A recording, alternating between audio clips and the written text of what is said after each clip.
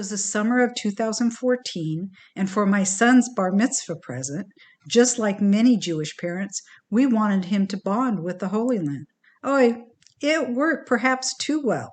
My husband had stayed back at the hotel, and our friends, my son and I, had just stopped in a pharmacy. Run to the bomb shelter, sweetie, please hurry. I didn't hear the sirens at first, but the Israelis did. They're used to hearing these things. We ran to the back of the storeroom. It was a 12-foot by 24-foot windowless bomb shelter. My heart's pounding. Boom! Boom! I hear and feel the percussion of the exploding bombs. I'm trying not to get sick. I look at my 13-year-old son and I think I'll never forgive myself if something happens to him. That's an excerpt from a speech I gave to the Orange County Jewish Bar Association. It was the first, but not the last time we had to run to a bomb shelter. Our adventure and my transformation is also the subject of my book, Blasted from Complacency, A Journey from Terror to Transformation in Israel. There is no chapter in a parenting book on what to do when a war starts and you're on a family vacation. Think touring extraordinary and sacred sites mixed with cowering in bomb shelters. I'm still trying to get over the Jewish guilt of taking my son to war for his bar mitzvah present. The impact of being human targets helped me understand the plight of Israelis living like this, and it also made me want to work on peace. How Israel is often described on the news is not what I'd seen with my own eyes. And I felt Palestinian parents also preferred their children playing safely in their backyards. The missiles exploded just near enough to blow apart my world as I knew it, forever changing me. And you'd never recognize my life today with what it was like then. I believe I found my life's purpose.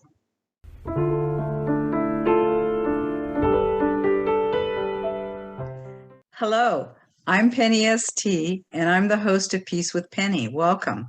Today, we're going to tackle a very complicated subject, and we're going to do something we haven't done before.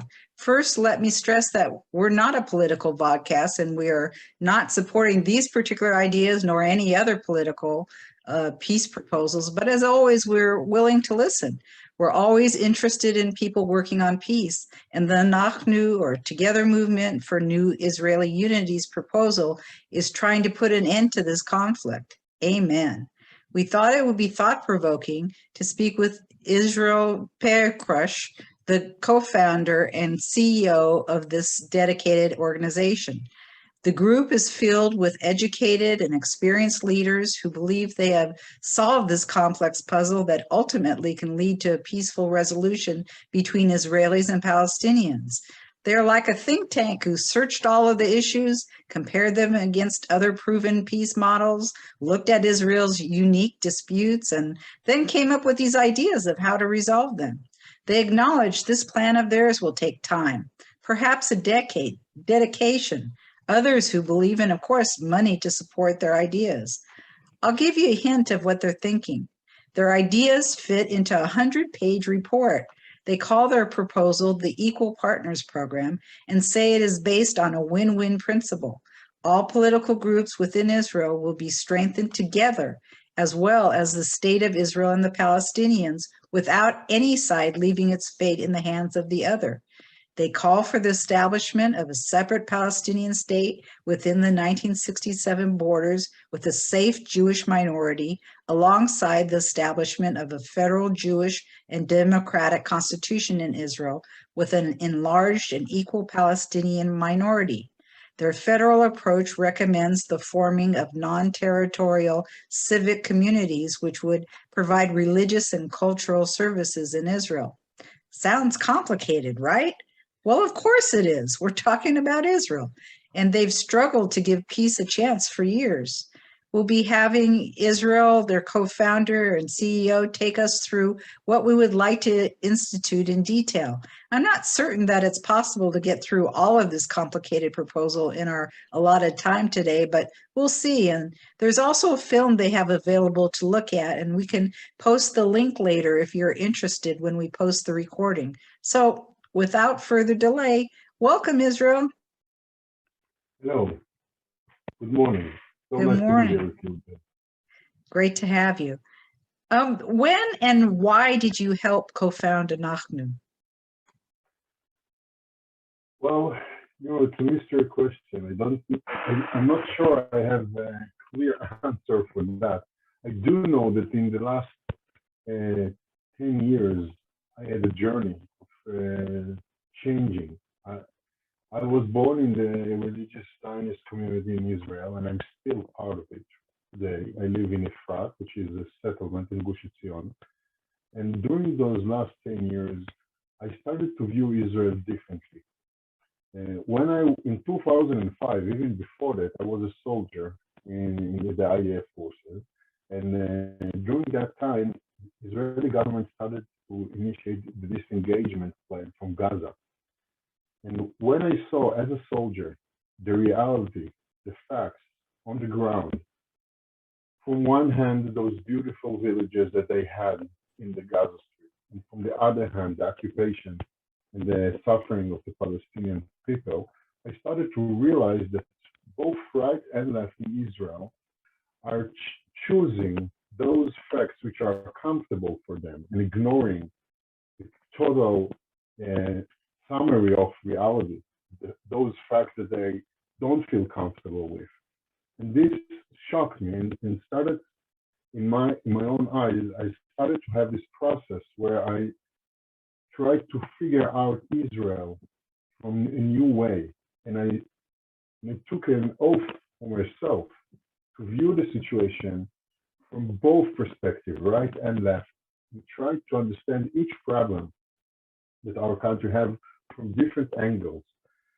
So this path continued, and I studied at the Hebrew University. I studied international relations, and I studied a lot about the Israeli-Palestinian conflict, and also about the Israeli constitution and the inner problem, the civilian inner problem of our society. And during those years, when I spoke with so many young kids and officers for the future from the IDF forces, as part of my work, educational work about leadership, I started to realize that we have a problem. I'm not sure that today I have 3 kids. I'm not sure where we are going, what will be their future in our society. We are a divided society with so many big strategic disputes and problems, and we have no idea how to solve them. So me and my partner, Rabbi Aviad Shmina, decided that we have to start thinking about solutions. I had enough with dialogue. I made so many of them. I love them. I still do that, dialogue between different groups of Israeli society. But I got to this conclusion that we have to start thinking about solutions. And these solutions must come from an honest place of searching the truth from different angles of the problem, both right and left, Jews and Arabs. This is how we got started. We started to work, and as you say, we created this think tank at the beginning of 2016, something like that.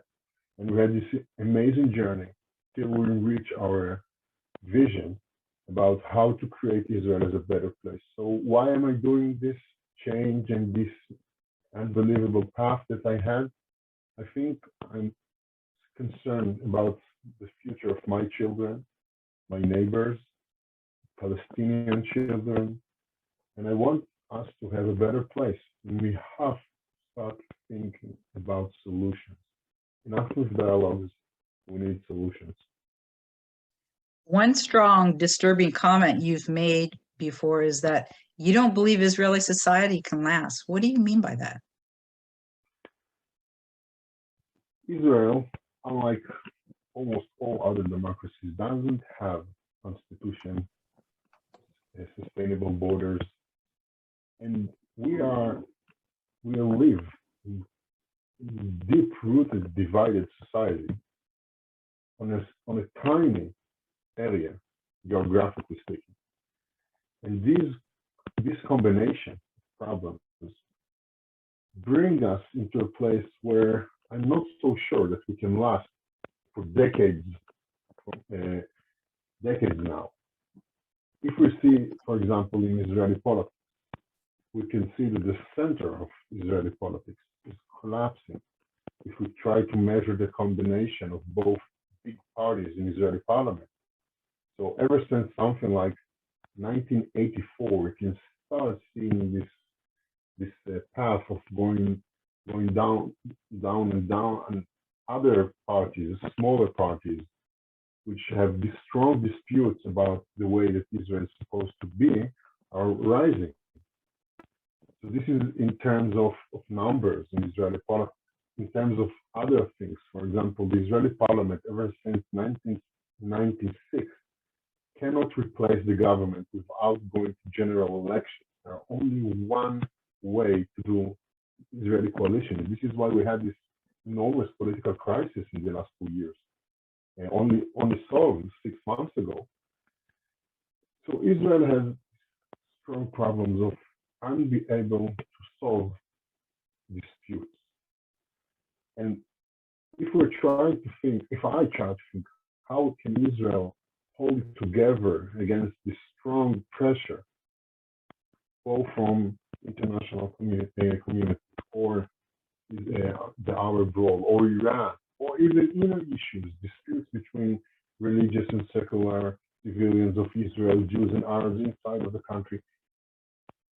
I have a strong concern that today, without solution, without a new constitution, without Israeli-Palestinian peace, a new political and security doctrine to solve problems, this is not going to last. Or at least we're going to have a problem for not be able to have this joint consensus. Well, you've worked for all these years doing research and meeting people to develop your principles for your proposal. I'm going to pull up some pictures that you provided, and we'll talk about the Anahnu members and some of the meetings you've had and some of the things you found out. So let me share my screen. So here are some members. You want to talk about these pictures? Well, to make it a long story short, these two pictures are from a gathering that we have among several people. Some of them are members of our movement, some of them just joined to hear about our ideals. The image of us standing inside the room with the sign is one of the meetings that we had to think about our vision, to talk together. The people who were part of this meeting are coming from different places of the Israeli society. And we had this good conversation about how we want to change things regarding, specifically in that meeting, regarding the Haredi society. How do we think we need to solve it differently? The other meeting with the flags are taking, this is actually from a tour in a village, a Druze village in Israel called Osofia, where we wanted to talk about the issue of our Arab and other minorities, Druze minorities inside of Israel. You know, the Druze community, they're serving the Israeli defense forces, they're part of our society, they're equal civilians, but they're suffering from discrimination and inner problems in their villages. And that's the Druze, you're saying, correct? Yeah, the Druze, correct. And we wanted to think, how can we change conception about discrimination in Israel and to solve those problems between them and the country and inside of their society. So we had this tour, which was amazing. We found many great partners among the villages, and it was a wonderful tour. It was our first tour of the movement.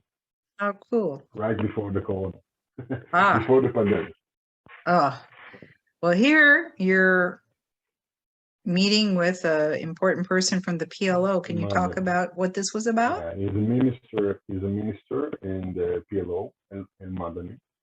He's responsible for the interaction with Israeli society, civil society in Israel. And actually, this is a very unique picture. Me, as a settler, who's fighting against occupation, but also believe that settlements need to stay on the ground as part of a Palestinian state with equal partnership as civilian in Palestinian state. I believe that this picture is very unique because El Madani usually doesn't take pictures with settlers. But what he heard from us made him think that this is a different case. This is why I have hope that our ideals can make a difference.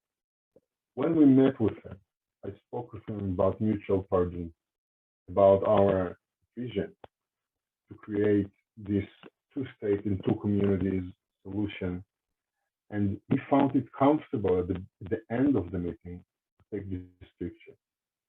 We believe Fabulous. today, yeah, we believe today that we, as the Jewish people in Israel, we must do the first step.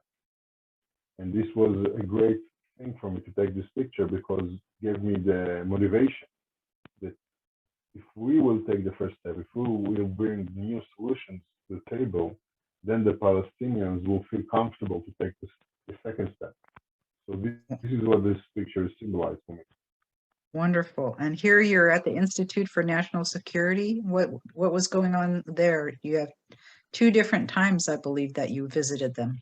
As part of our journey, we met with many scholars, experts in their fields, from legal, security, social perspective of Israeli society. And this was one of those points where we explained about our vision. We had two different lectures in the Israeli National Security Institution, and we try to summarize our perspective, and we had a lot of comments.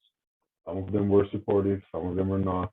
And it was a good thing. It was part of our journey to get all these comments from many people, scholars, civilians, so many different ways to measure and understand what we want to do. So this was a very important milestone that we had. Wonderful. And here you lecture throughout Israel, and here's just some of your lectures. Can you talk a little bit about what you did at these different schools? Yeah, well, generally speaking, what we're trying to do is either to persuade people that our vision has a lot of potential and it can change things if we will do the first step with the Jewish people. We do the first step. So many times we are meeting with people, some of them are students, some of them are older, and we try to explain, to make them support, to be part of our movement and part of our ideals. Sometimes we're only gathering together without political perspective, only to try to explain our narrative, historic narrative, and ideals of mutual pardon and so forth. So in our lecture, we were doing these two tracks, and what you were viewing is actually these two tracks. You know, the one with this red hole, and The Hebrew University of the Jerusalem. Hebrew University student. We are talking about our solution, and the other one with all these kids sitting in a circle. We're talking about historic perspective, the conflict, and this is how we work. It's grassroots work, very difficult. We're determined to do as many as those events as we can in order to persuade Israelis to support our vision. Fantastic. And here you even meet in people's homes. What is this in Kfar Yona? Yeah, in Kfar Yona, this is, as I said, we are trying to persuade people to support our vision, which was a very, very good evening that night. And people at the end of these house meetings, either they're signing declaration that they want to give a chance to our vision, or they're donating to our movement, or they're joining. So it depends on their views, how they want to act. But we are offering them in those house meetings to be part of our journey. And I know in the times, past, yeah. In the past, I've talked to you about memberships and so on, and you said that you were just beginning to do that. How's it going? It's going great. We just finished this long program of developing our vision during the Corona crisis. And in the last few months, we tried to have this pilot of understand how can we act the best way we can. And right now we are gathering our first group of members to be as part of our movement, and luckily we have 20 new members right now, both from right and left, men and women, from different sides of Israeli Jewish society in Israel. And our plan is to create much bigger movement, hundreds of people, together also Arabs with us, to create these strong alliances, new alliances in Israeli society. And this is how we started. So the pilot was great. We are fully confident in our future and our possibilities. In your people who did all the studies, how many Jews versus how many Palestinians or Arabs are participating? It's an important question. When we started, our idea was to create a joint Jewish and Arab movement in Israeli society.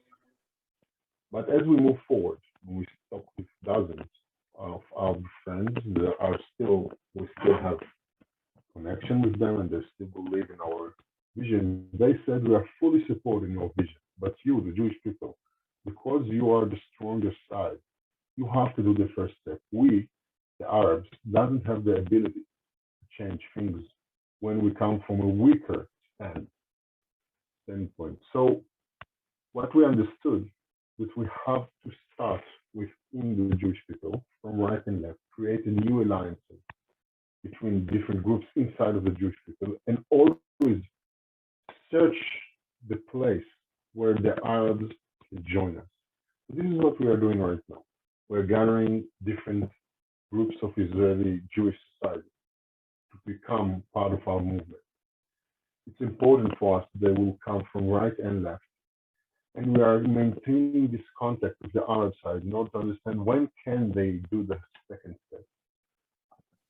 Is it also on their part because it's dangerous for them? I mean, I talk to people all the time on their side who it is dangerous for them to talk of peace with Israelis. Yes. It's dangerous for them, not only because we're Israelis, specifically because I'm a settler and there are other settlers in the movement. Right. And it's difficult for them. When I speak with them behind closed doors, they're fully supporting our vision. And they understand our perspective of mutual pardon, but they cannot go publicly with that. So unfortunately, right now, in the coming years, we're going to have to start with the Jewish people because we have to start from the strong side and we have to start somewhere. After that, we're going to search our way, to gather better political support from the Arab side. Luckily, there is a great potential. Our movies in the Facebook platform, or when we speak with them, or in our tours, we are still doing joint tours. We find that there is a lot of common ground. Yes. So the last two slides are about tours. So here you're in Gush Etzion, which is, we're talking settlements, yeah? Yes. This is a picture with an organization called Roots. I think you know them. I know them very well. Yes. So they are right next to my house. And luckily, they're great neighbors. And we have these amazing collaboration with them. And this picture we taken was in their complex. And we had this first tour in Gush Etzion. We were calling from occupation to partnership. And we're trying to view the situation in Gush Etzion and in the West Bank generally from different perspectives, both right and left. The connection to the historic land of Israel, our ideal of mutual homeland, joint and shared homeland, our ideal of security, we're talking about security and terrorism and self-defense, and also about occupation and human rights. We are combining it. We are the only movement to combine all these different angles together. And this is what we did the first time when this picture was taken. The other picture is actually in a very Western Wall. This is the Western Wall, but the unique place of the Western world. It's not the traditional place where everyone are going. It's a new place where men and women can pray together. And this, yes, this is a big issue in Israel. It's a big conflict. Yeah, that wasn't possible when in 2014 when I went. I don't remember the exact year where they established it, but they still have conflict about it. It's not so easy. Even today, if men and women want to pray, especially in different ways from Jewish Orthodox way, they still have problems to do that. But this was a new platform, and our tool was about viewing the Western wall and the entire area of the old city of Jerusalem from different perspectives. So we deal with the Israeli-Palestinian issue in East Jerusalem, and also about the inner Jewish issue between religious, secular, and different groups of religious inside of the Jewish world. So this was the second issue, and my friend has this amazing idea. Let's take a stone, and we'll show that we are trying to create new things as part of the old ways. So connected to this history, this stone, this rock, but we are thinking about the new path, the new stages of our nation. Well, that's exciting. I obviously saw this picture, but I didn't realize that there was even such a place. So, yay. Yeah. Next time I visit, I will have to go there. And then you have some interesting trip here to tour to Mount Herzl and Lifta, and please tell us about it. Yeah. Well, these two pictures, I think, were taken at the Lifta, again, before the coronavirus pandemic. The Lifta village is the only village in Israel who is part of the Palestinian villages that were here before 1948 inside of Israel.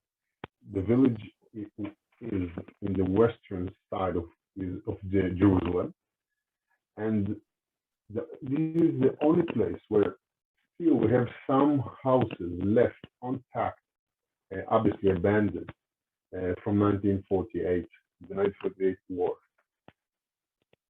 As we know, the history of this war is divided between those two nations. The Arabs, the Palestinians are talking about the Nakba, the disaster of them being expelled from their homes and cities in Israel. And the Jewish side is talking about the liberation of Israel and the independence of the Jewish people. So in this tool, what we're trying to do, we call it 1948, the war that didn't end. We try to talk about those two narratives and then try to combine them together in a mutual perspective. We're starting our tour in the Mount Herzl when we're speaking about the Zionist narrative of the war, the idea that we had to defend ourselves from an overall offensive of Palestinians in our world. And then we're talking about in Lifta about the Palestinian perspective, about how they had to defend themselves from colonialism, from this war trying to take their homes and the villages and lands. And then we are gathering together to speak. How can we change things? How can we adopt new values? Try to bridge enormous gaps between those two narratives.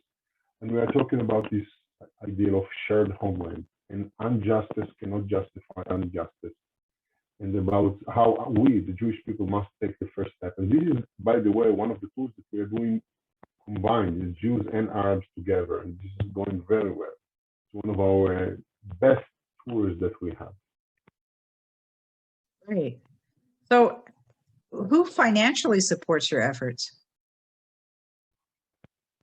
Well, there are two foundations that support us. One of them is the Untitled Foundation in Israel, and the other one is the Olive Stone Trust. And we are also gather donations from Israelis, Americans, Europeans, as much as we can, that can support our efforts to change those conflicts into better ways, into better solutions. And luckily, we have supports from right and left, and supporters from inside of Israel and overseas. And I think that we're doing very well. We're going to do more. Like the rest of the world, COVID severely impacted your efforts. How did you have to adjust? Wow. Actually, the COVID till now was a very good thing for us. It sounds weird, but I don't know what will happen from now in the future, the coming year. But until now, it was a very good thing for us. When we got started, we had this, as I said, big journey. We talked with hundreds of people. Many of them are from the Arab side, and we tried to search our own ideals. We developed these many papers about our vision, and then in 2019 we started to check them in the field. We started to have house meetings, tours, as we saw on the slides. And when COVID arrived, we knew that there are gaps that we have to fill in. We have to take all this experience and ideas and gather them together in one big research, new website, new films, to produce pages for people to view, to understand the problem and the solution. This is what we did. We had a long year and a half research, writing, and producing our new contact and ideal, and we're just finishing right now. Also, we did a pilot about how to move forward from ideal to practice. And actually, as we speak right now, these are the final days of this very big and large project, which take us into a whole new generation of abilities. And we are very anxious to start, with enthusiasm, to start working and to bring our ideals into practice. This is exactly what we're doing. So Well, COVID speaking, for us was difficult. oh, go ahead. But it was very, very good chance to create new abilities. You put your time to good use, huh? Yes. So overall, we're gonna get into the proposal and the overall Anahnu's vision. What, in just a few sentences, could you describe that? Yes. I will start with the problem. We understand that all these many problems that we discussed about, from different angles, civilian problems, Israeli Palestinian issues, and so forth, all of them are coming from one simple assumption: the Israeli public model, state model of Israel, is a homogenic one, and Israel is a heterogenic society, and the area is built upon heterogenic societies and nations. And Israel model just doesn't fit the situation on the ground. Now I will explain. Israeli model is the way the states view Israeli society. Is having these two different levels. Either you are a private civilian, because you're Jews, Arabs, secular, religious, so forth, that's okay, but you are a private civilian, or you are a part of the Jewish nation. All those different groups inside of Israel, religious, secular, Jews, Arabs, Palestinians, in Israel and outside of Israel, all of them, the state doesn't recognize them as groups. They don't have a joint rights, a joint independence. So for any of them, you can only be part of the Jewish people if you want national rights, or a private civilian if you have equal rights. But the problem is that we are, in Israel, we are a heterogenic society with different groups. So the clash between the doctrine of the state and the society on the ground is unbelievable. And this is what we're trying to change. We want our model, the equal partners plan, is to create this new equal partnership between the Jewish people and the very different groups inside of Israeli society and the Palestinians. This is, to summarize our plan, this is our goal. What is the Equal Partners Program? Well, there are two two platforms that we're trying to change. Number one, in the Israeli-Palestinian issue, we are trying to create this two-state solution with two communities inside of Israel and inside of Palestine. We're talking about creating a path of ending the occupation towards a place where settlers can be part of Palestine with an Israeli civilianship and Palestinian civilianships, obviously, and those Palestinian refugees who are surrounding Israel will have the ability to enter the country as long as the Jewish majority in Israeli state will be 70% of Israeli civil society. By creating simulation between those two groups, settlers inside of Palestine and Palestinian refugees inside of Israel, we believe that we can change and shift the problems that we have till now in the two-state solution. This is number one. One of our foundations. The second thing which we are trying to do is to create a new Israeli constitution by which each group inside of Israeli state will have the ability, independent ability to educate their own pupils, their own young children, boys and girls, and also to create an institution of culture and religions for themselves in an independent and autonomic way. Again, the ideal here is to recognize that every group inside of Israeli society has its own needs. They have their needs, they have their independent needs, and we cannot continue in a way that the states try to educate everyone according to the coalition, the political coalition that we have in those specific years that we're talking about.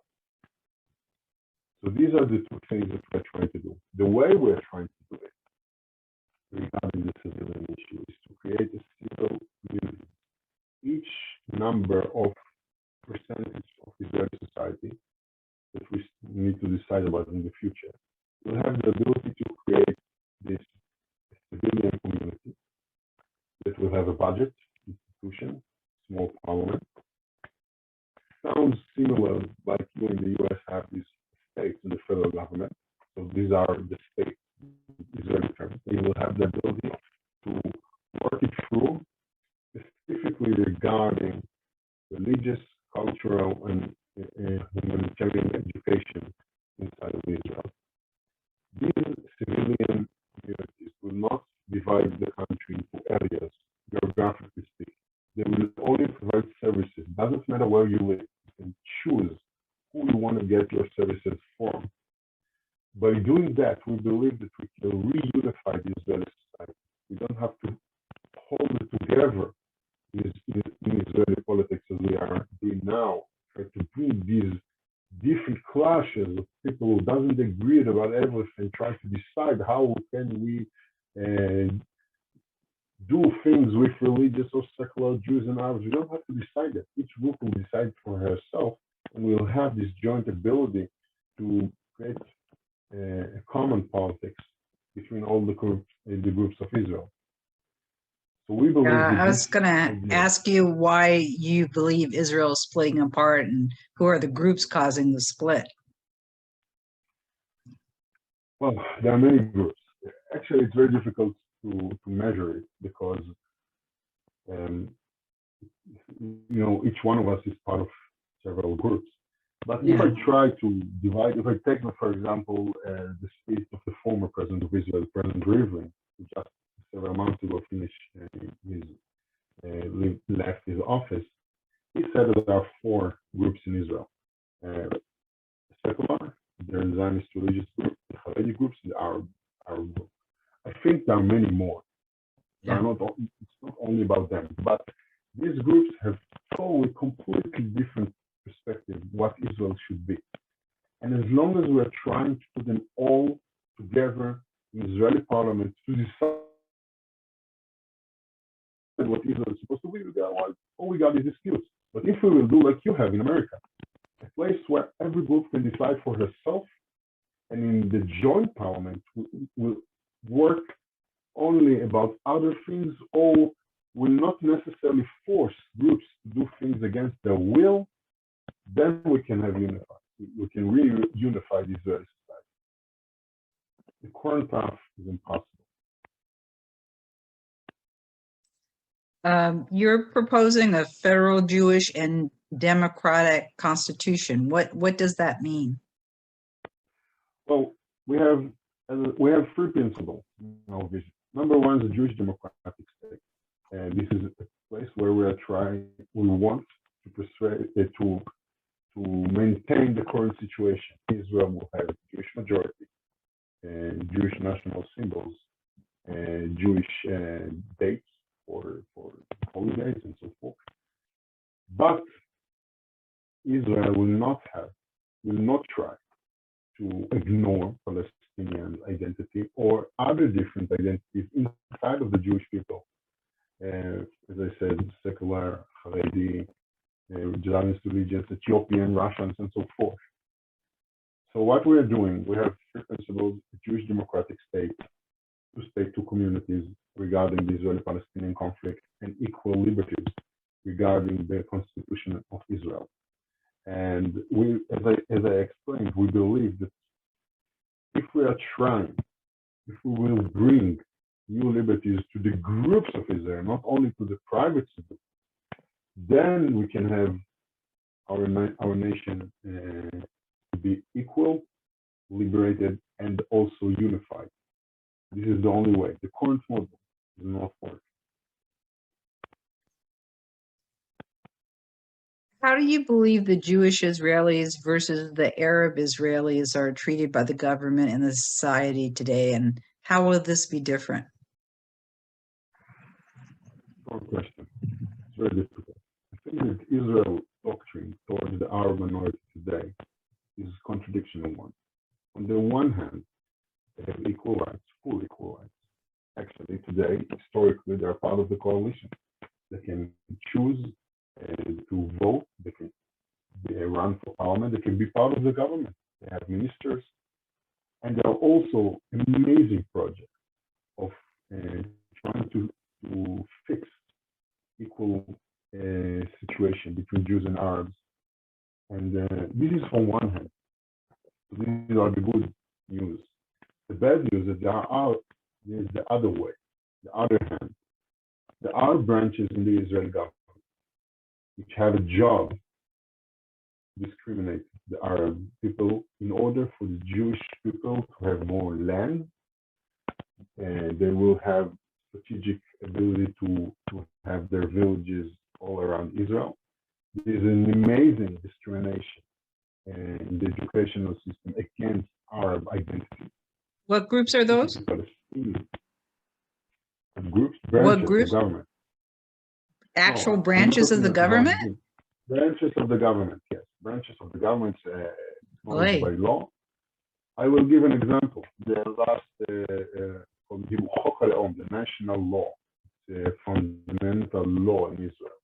Because we don't have constitution, those fundamental laws are some sort of replacement for constitution. And one of the chapters of the law specifically says that Israel has a goal to create villages for the Jewish people. It's horrible. It's causing so many problems, because if the government tries to build villages only for Jews, as the law said, then it means that the Arabs doesn't have an ability to expand their villages.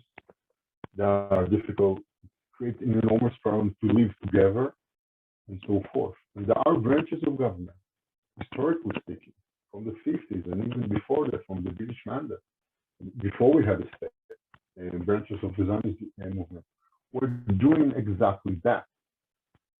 This is not the only problem. In educational terms, the Arab educational system in Israel doesn't recognize Palestinian identity, although more than 60% of Palestinians inside of Israel, Israeli civilians, I'm speaking, are feeling that they are Palestinians. This is part of their story. So the educational system doesn't recognize that. There are no groups inside of the Jewish people in Israel who fill such a strong gap between their identity in their families and their homes and their schools. Another problem is infrastructure problem. But usually when people are talking about discrimination in Israel, they're usually referring to infrastructure problem. For example, there are no, as we speak right now, 2022, there are no train roads in our villages. There are no stations, train in our villages. They are now planning to do one, the first one, ever since Israel was established, in 5 years from now. So none. 4 or 5 years from now. So None, zero. And how many are in Israel, in Jewish Israeli towns? Dozens, all over the country, both in center cities, in the villages, the faraway villages. This is only one example. I can give so many other communication roads, the police work. We know that right now our society in Israel is strong criminal problem. There are many people who are getting murdered. Every week, there are 1 to 4 people from the Arab community who got murdered because of conflict inside of the Arab society. Amongst their own people? How much totally? No, amongst their own people? Or are we talking within their cities, amongst their... Inside of families, conflict between different families inside of the Arab world. So it's important for me to say, all these discrimination problems are not the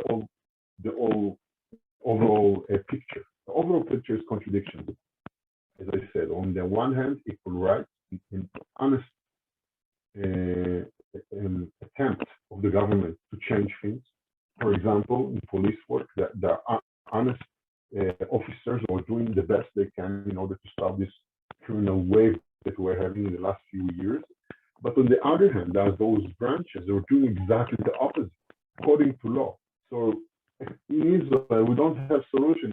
So we have disputes, and this is going all the way, even in this regarding discrimination of the Arab minority. So putting all this aside, there are also problems inside of the Arab minority in Israel.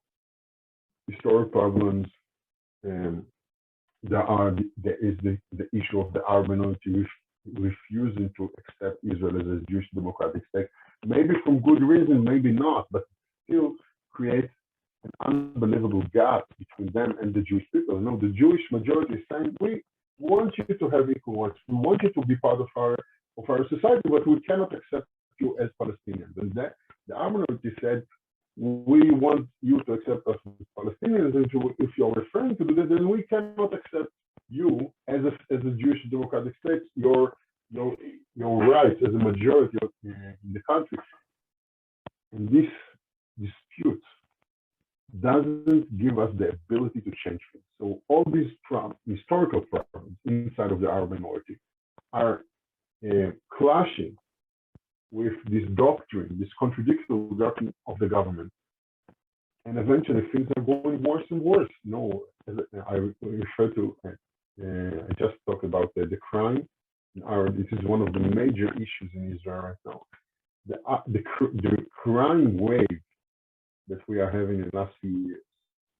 Maybe 100 people are getting murdered each year inside of the Arab population. In the last year, I think we got in the 120 maybe in 2021 during the Corona crisis. So by their own people? Yes, it's a crime. It's a criminal act.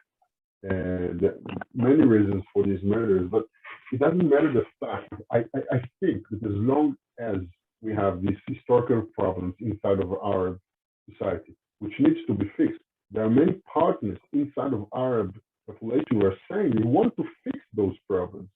We have a motivation and a will to change it, but we need the help of the government.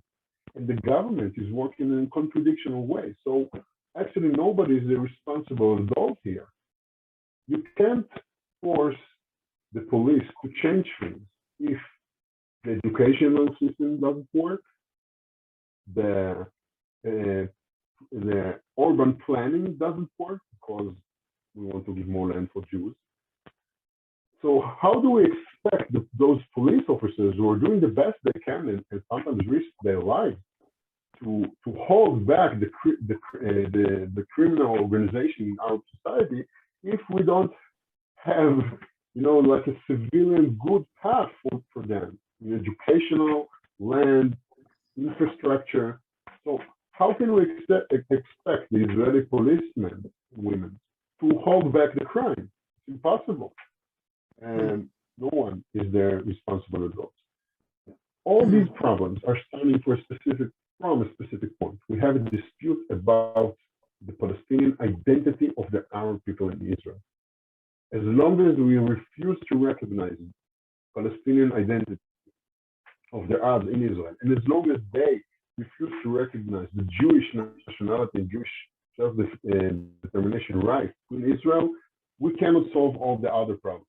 And it will become worse and worse. And this is what we're doing.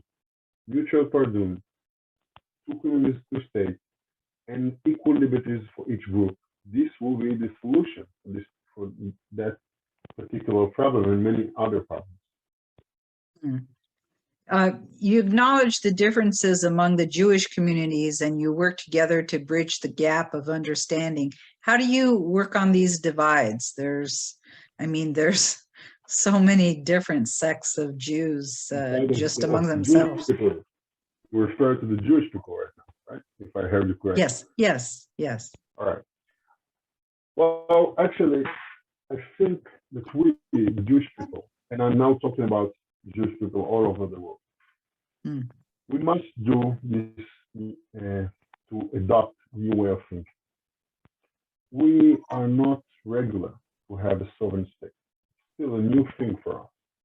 In the last 2,000 years, we were all over the world, the diaspora, we didn't have a state.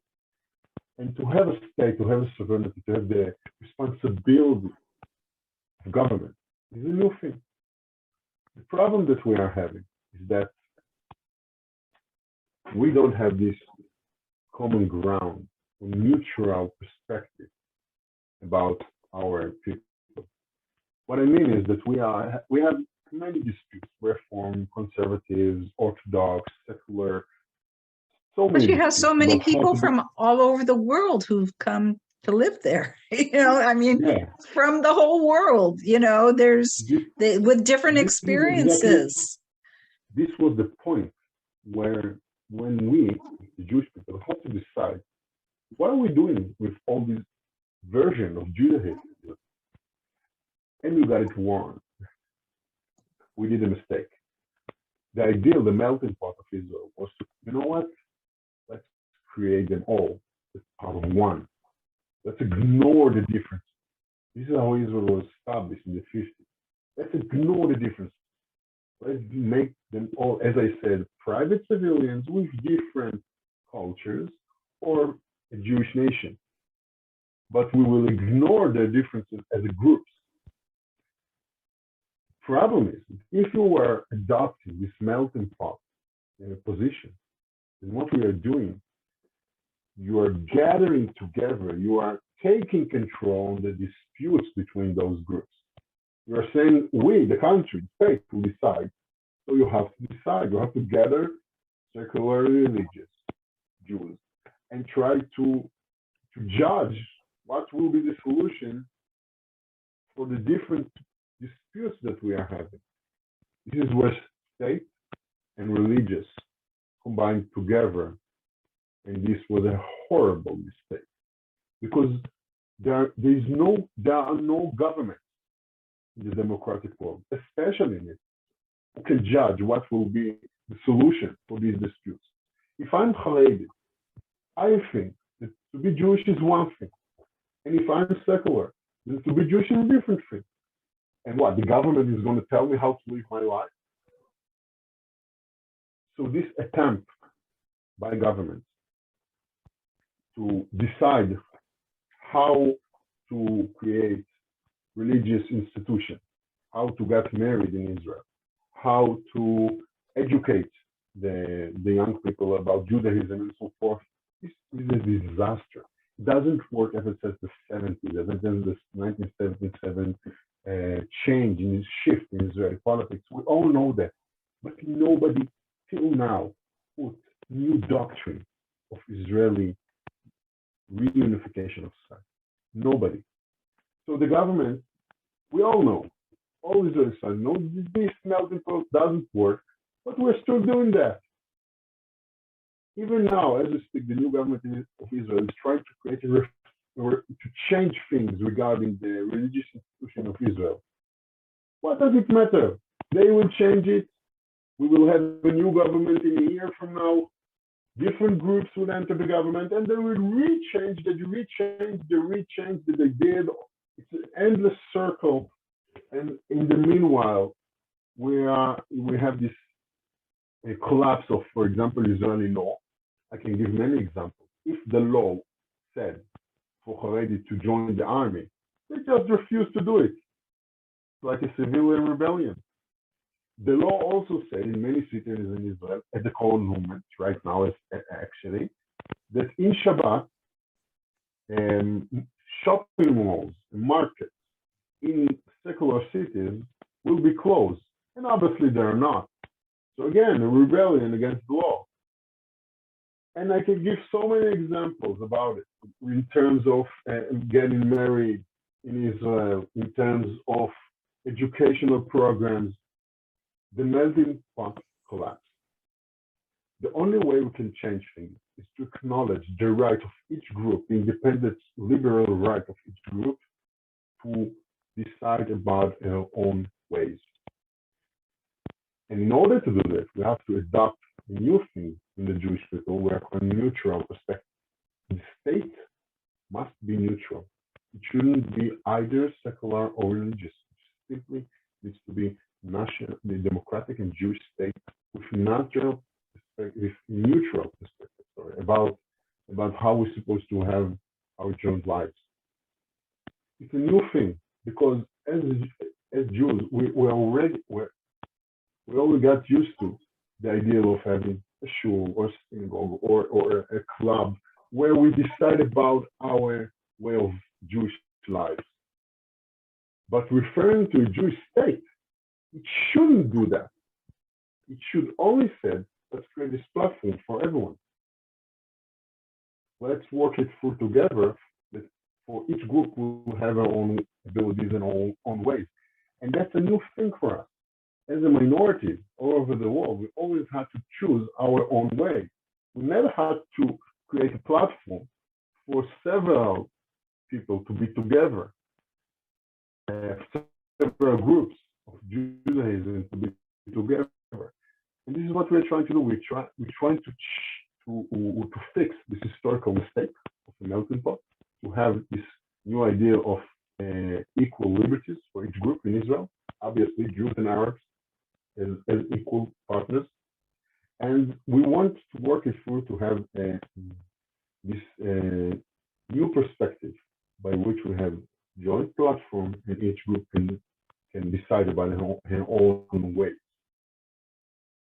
I think that's just the whole world is dealing with extremes. The U.S. too, everywhere. There, the political views are so extreme, and people being able to live together is just hard to figure out how to make that happen in a peaceful setting, in a way where people could just get along, even though that they have different beliefs.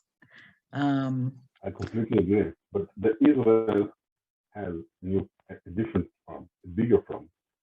We are in a tiny area. Yes. The people from different groups are living in sometimes few houses, few blocks to one another. Yes. And also, we don't have a constitution. Yeah. So how do you address the fact that Israelis and Palestinians don't even speak the same languages? Well, it's a difficult issue. We have to find resources, to have translation to Arabic, to English, and so forth. Many times we just find one of the members or is part of the movement, he or she can translate our words to Arabic or to English. Try to speak English the best as much as we can. But if someone doesn't understand the language, so someone is translating it for him, or we try to find someone who speaks the language. In your civic communities that you've talked about to establish, and if there are these communities with their own beliefs taught, if I understand it correctly, how would you prevent extremist rhetoric from being taught, or would you? No, that's a very good question. If we believe that each group should have their own way and independence, obviously in Israel we will have extreme groups that will have to try to use this independence to create more extremism. This is a very big challenge for our vision. But I think we have we're developing these new tools to solve it. Number one, we need to understand that the current situation, those extreme groups are very strong. It's not like we are asking how to make them stronger.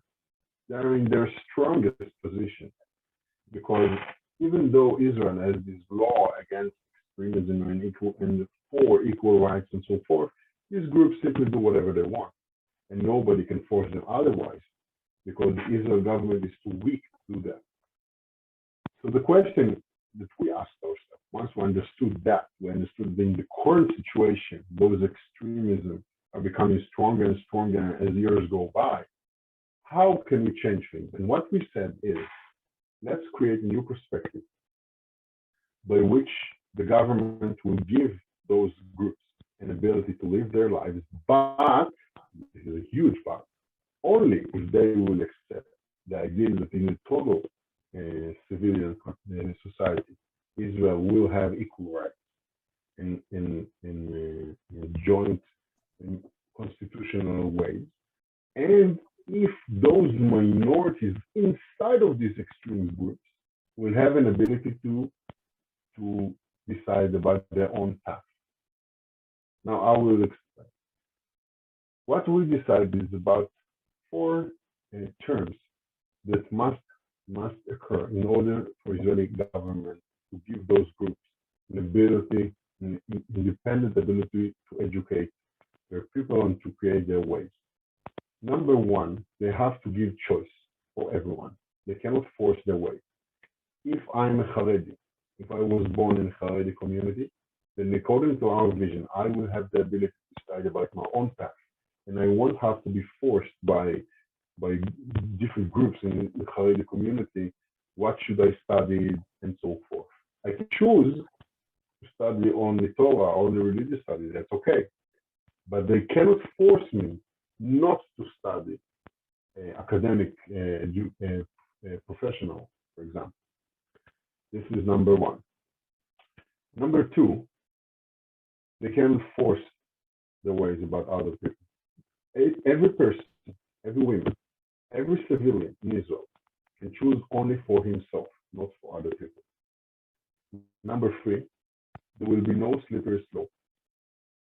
Even if I will choose for myself and I will not force others, if there is a phenomenon by which we will fear that extremism will take place will take us too strong positions in Israeli society and will create a change in public sphere, for example, in the idea of faith, right? Let's assume right now that many religious soldiers will want to have men and women separately in Israeli bases, a phenomenon that we have right now.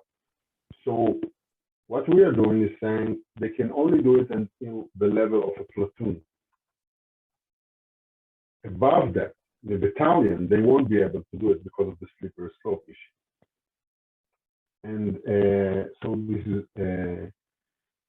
the third term. And the last thing is that we want to establish authority that will have the responsibility, will have budget and governmental responsibility to help those people who want change. So to summarize what we are saying, we want to have a new deal, new civilian deal with many different groups, Muslim, Jewish groups all over the country. You will have the ability to live your lives, but you will live the same ability, you will give the same ability to other groups in Israel, to other minorities in Israel to live their lives as well. You will have to do that. So these are the terms by which we can work it through with those groups. Today, Israel law wants 100%, no extremism, no extremism. Everyone will be part of an equal rights, lives, and part of modernization. But in some groups, like the Haredi groups, Israel gets zero. They want 100, they are getting zero. In our vision, Israel will leave 70%, for example, to do whatever they want, to have their own lives, but will get 30% as part of Israeli society to combine inside of Israeli society. So this is our perspective. We understand the current situation, we are offering a new deal, and we have these new solutions. Well, always the main thing is having an Israeli state and a Palestinian state. And the fact is that there's Israelis who live in what that territory would be and vice versa. And how that, in our last minutes, how does that work? What are you proposing? Well, moving to that fundamental idea that we just spoke about our civilian perspective inside of Israel. Regarding the Israeli-Palestinian issue, what we want to do is to have this two-state solution that will work with the interest and will have this perspective of understanding the interests of both sides all over the territory, security, economic, and historically speaking. Both nations have a perspective of the entire country as part of their historic homeland. Israel has security interest inside of Palestinian territory. Palestinians have economic interest inside of Israeli territory. So the two-state solution must acknowledge that. We didn't do that in the 90s. This was one of the biggest problems. So how will it work? If the settlers will live in Palestine, number one, they will have to be Palestinian civilians with equal rights and obligations, alongside their Israeli civilianship. They will have an autonomy, educational autonomy in the West Bank, in the Palestinian state, and in Gaza. And they will also have the ability to be part of Israeli society. As I said, they will have two citizenship. We are living, we are talking about only like a half an hour drive in many cases. Besides of that, we are adopting this principle of no side will put his faith in the hand of the other, as you mentioned in the beginning of our discussion. We believe that we need to adopt this new security doctrine, by which, if I try to summarize the many stages that we're having, the one important thing to remember is that every time when there will be a threat to Israeli lives, and the Palestinian government will not act because it doesn't want or it doesn't have the ability to do that, then Israel security forces will act instead of Palestinian government until the threat will be eliminated, and then they will be brought back. So no side will put his faith in the hand of the other side. Palestinians will have the obligations from the Israeli government to withdraw. They will accept their state, their self-determination right, and Israel will have the ability to combat threats in case where Palestinian government will not do that. Now, I must be honest, there are many problems with this solution. For example, who said that the international community will let Israeli forces enter the Palestinian country? from Palestinian perspective, who is saying that Israeli government won't try to find excuses to make occupation going on and on and on forever? There are many problems. But here is the thing that we understood. Both sides have risks. We must not take new risks, but we have to accept those risks that we are forced to accept.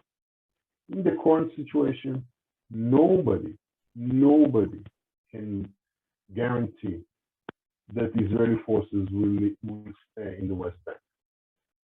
The Trump plan was to take those settlements, to have them under siege of Palestinian state. And I'm saying under siege because it was not accepted by Palestinians. So if we will try to accomplish Trump plan, it means that we should have had a Palestinian state who refused to accept the plan and settlements on the ground surrounded by the sovereignty of the state.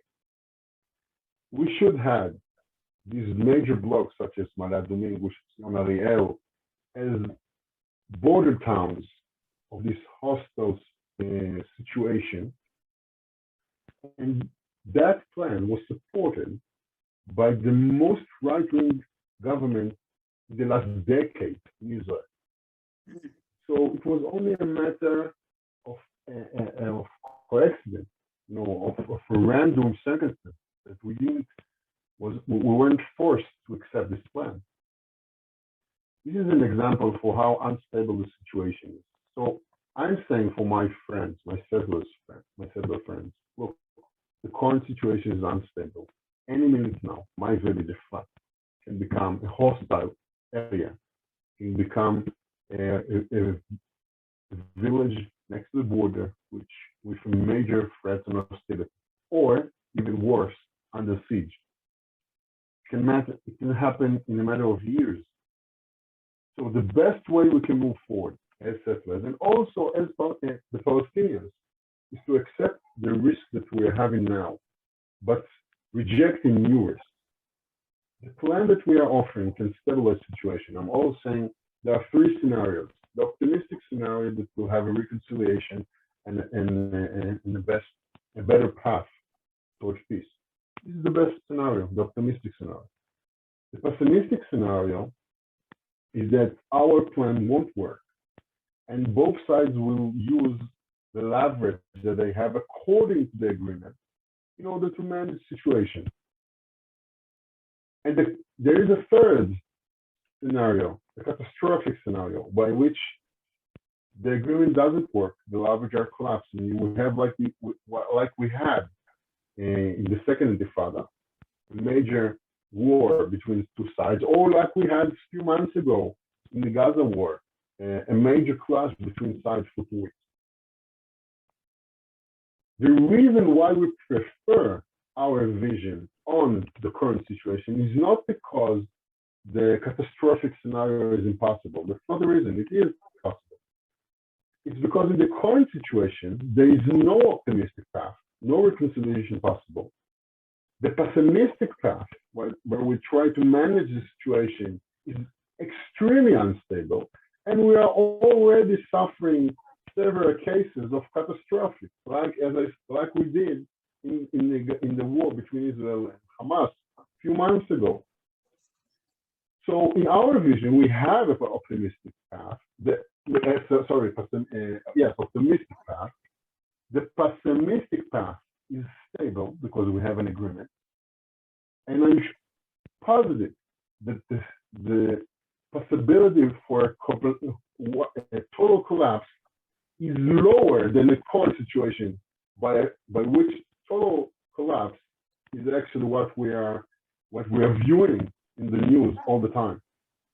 So this is why we prefer the risk in our vision on the risk that we have in the current situation. Wow. Well, unfortunately, we are out of time. Perhaps we can talk and we can really get into the whole Israel and Palestinian state issue in detail sometime in the future. But wow, that was a lot to try and absorb. And thanks so much, Israel, for sharing your exciting work with Anahnu and how you believe we could finally obtain peace between Israelis and Palestinians, at least eventually. If our audience has questions, and I'm sure you will, I'd propose going to the Anahnu website at anahnu.org.il and check them out. Next week on Tuesday, we're going to be speaking with both Jane Krivine, founder and executive director, and Lee Wilson, managing director of Tennis for All. Jane is the daughter of Freddie Krivine, who was known as Israel's Mr. Tennis. He was one of the 6 founder trustees of the Israel Tennis Centers. One of his passions was to support tennis in the Arab sector by introducing tennis programs into the community. The Freddie Krivine initiative strives to capture the imaginations of kids of all backgrounds and skill levels, bringing together coexistence community of Arab and Jewish kids playing tennis together with the support from Arab and Jewish parents, coaches, players, teachers, and volunteers. We hope you can join us to listen how another, perhaps unexpected avenue is used to work on peace between Israeli and Arab youth. And for now, may you live in peace, shalom, and salam.